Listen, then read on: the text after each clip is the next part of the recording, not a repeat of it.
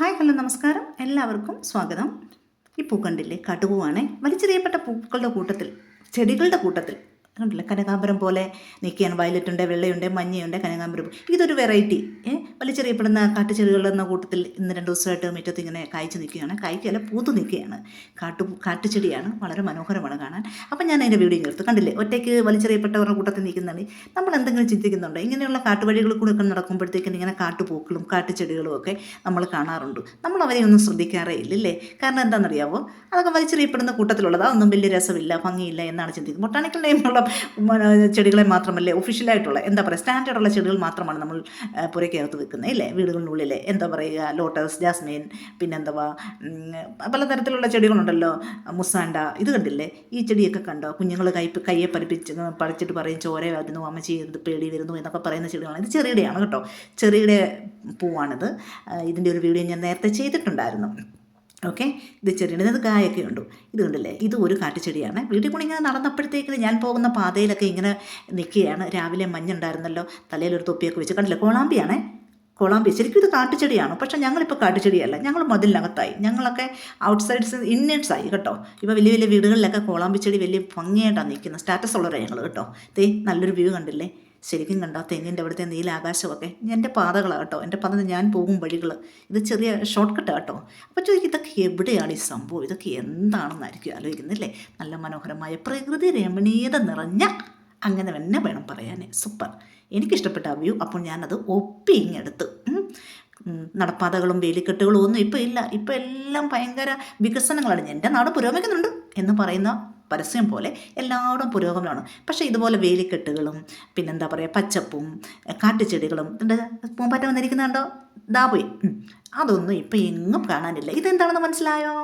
ഇതാണ് ഒരു ചെറിയ പ്രദേശമാണ്, അവിടെ സ്ഥലമാണത്. പുല്ലൊക്കെ നിൽക്കുക, അതിനകത്ത് നോക്കിക്കേ, ചിലന്തി വല പോലെ നിൽക്കുന്നത് ശരിക്കും മഞ്ഞാണ്. മഞ്ഞ് വന്ന് ഇങ്ങനെ ചിലന്തി വല പോലെ പടർന്ന് കിടക്കുകയാണ്. ഗാനരചിത പറഞ്ഞ സൂര്യാംശം ഓരോ വയൽപ്പൂവിലും വൈരം പതിക്കും. ഇതിനകത്ത് വൈരം പതിച്ചിട്ടില്ല കേട്ടോ, വെറും മഞ്ഞുതുള്ളി മാത്രമായിട്ട് ഇങ്ങനെ തിളക്കമൊന്നുമില്ല. എന്തായാലും ഗാനരചിത അത് സൂപ്പറായിട്ട് വിവരിച്ചിട്ടുണ്ട്. ഓക്കെ, പിന്നെന്താ പറയുക, അത് വീണ്ടും ഒന്നുകൂടെ കണ്ട്. ഇതുണ്ടല്ലോ, ഇതെന്താണെന്നറിയാമോ, തൊട്ടാവാടിയാണ്, ഔഷധച്ചെടി. അത് നമുക്ക് എല്ലാവർക്കും അറിയാം. ഇത്രയും സ്ഥലത്ത് തൊട്ടാവാടി പൂത്ത് നിൽക്കുകയാണ്. കണ്ടപ്പോൾ നല്ല നീലക്കുറിഞ്ഞ് പൂക്കുന്ന പോലെ തോന്നി. അപ്പോൾ അത് ഞാൻ എടുത്ത് സത്യം പറഞ്ഞാൽ എനിക്കത് വളരെ മനോഹരമായിട്ട് തോന്നി. ഞാൻ നോക്കിക്കേ, ഔഷധമുള്ള തൊട്ടാവാടി നിന്നെ എനിക്കെന്തിഷ്ടമാണെന്നോ, ആ പാട്ടിനകത്തെ തൊട്ടാവാടിയാണ് ഇത്. കണ്ടില്ലേ, നീലക്കുറിഞ്ഞ് പൂത്ത് നിൽക്കുന്ന കുറേ സ്ഥലത്ത് നിൽക്കുക, അങ്ങോട്ട് പോവുകയാണ് കേട്ടോ. അപ്പോൾ എനിക്കിതിങ്ങനെ എടുക്കണമെന്ന് തോന്നി. തൊട്ടാവാടി നിന്നെ, അതാണിത്. ഓക്കെ, ഔഷധമാണ്, തൊട്ടാൽ മുള്ളും ഉണ്ട്. പിന്നെന്താ പറയുക, അത് കണ്ടപ്പോൾ ഒരു ഭംഗി പോലെ തോന്നിയപ്പോൾ അങ്ങ് എടുത്തന്നേ ഉള്ളൂ കേട്ടോ. കണ്ടില്ലേ, നല്ലൊരു വ്യൂ ആണ്. ആകാശം നേരം പുലർന്നു വരുന്നൊരു സമയം കേട്ടോ, സുപ്രഭാതം പോലെ തന്നെ. ഒരു 7 മണിയൊക്കെ ആവുന്നതേ ഉള്ളൂ. കണ്ടില്ലേ, ആ മരത്തും വാഗയാണ്, വാഗയുടെ മുകളിലൊരു നീലാകാശം കണ്ടോ, ശരിക്കും കണ്ടോ, മഞ്ഞ് പോയിട്ട് ഈ മല എങ്ങനെയാണ് പറയുക, മലപ്പുറം ഏരിയയിലൊക്കെ ഈ മലയൊക്കെ നിൽക്കുന്ന പോലെയാണ്. ശരിക്കും നീലാകാശമാണ്. പക്ഷെ നമ്മൾ ഒരു സൈഡിൽ നിന്ന് ഇങ്ങനെ നോക്കിയാൽ അത് മല വന്ന് 2 മലയുടെ ചെരുവായിട്ട് നമുക്ക് തോന്നും. നമ്മുടെ കൽപ്പവൃക്ഷം നിൽക്കുന്ന കണ്ടോ. താഴെയൊക്കെ കുട്ടികൾ പന്ത് കളിക്കുന്ന സ്ഥലങ്ങളൊക്കെയാണ്.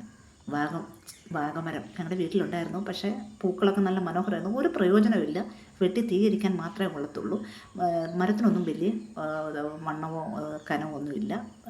അത് താഴെ വീണ് ഒടിയും, അതാണ്, അതിലെ പെരപ്പുറത്ത് വീഴും. അതുകൊണ്ട് പിന്നെ എൻ്റെ വീട്ടിലേക്കുള്ള വഴിയാണ്. രാവിലെ ഒരു സവാരിക്ക് ഇറങ്ങിയാണ്. ഈ സ്ഥലമൊക്കെ ഏതാണ്, ഇത് ഗീർവനമാണോ അതോ നിലമ്പൂർ വനമാണോ നിങ്ങൾ ചിന്തിക്കുമായിരിക്കും കേട്ടോ. ഇതൊന്നുമല്ല, ഇത് തിരുവല്ലയാണ്. കണ്ടില്ലേ, മരങ്ങൾ മുറിക്കാൻ വന്ന ആൾക്കാരാണ് അവിടെ നിൽക്കുന്നത്. ഞാനിങ്ങനെ സൈഡിൽ കൂടെ പോകുന്നത് എൻ്റെ വീട്ടിലേക്കുള്ള ഷോർട്ട് കട്ടാണിത് കേട്ടോ. അപ്പോൾ ചോദിക്കും, തിരുവല്ലയ്ക്കകത്ത് ഇങ്ങനെ പട്ടിക്കാടുണ്ടോ? ഒന്നുമില്ല കേട്ടോ. ഇതൊക്കെ ശരിക്കും പറഞ്ഞാൽ ഓരോ വ്യക്തികളുടെ സ്ഥലമാണ്. തിരുവല്ലയ്ക്കകത്ത് അങ്ങനെയാണ്.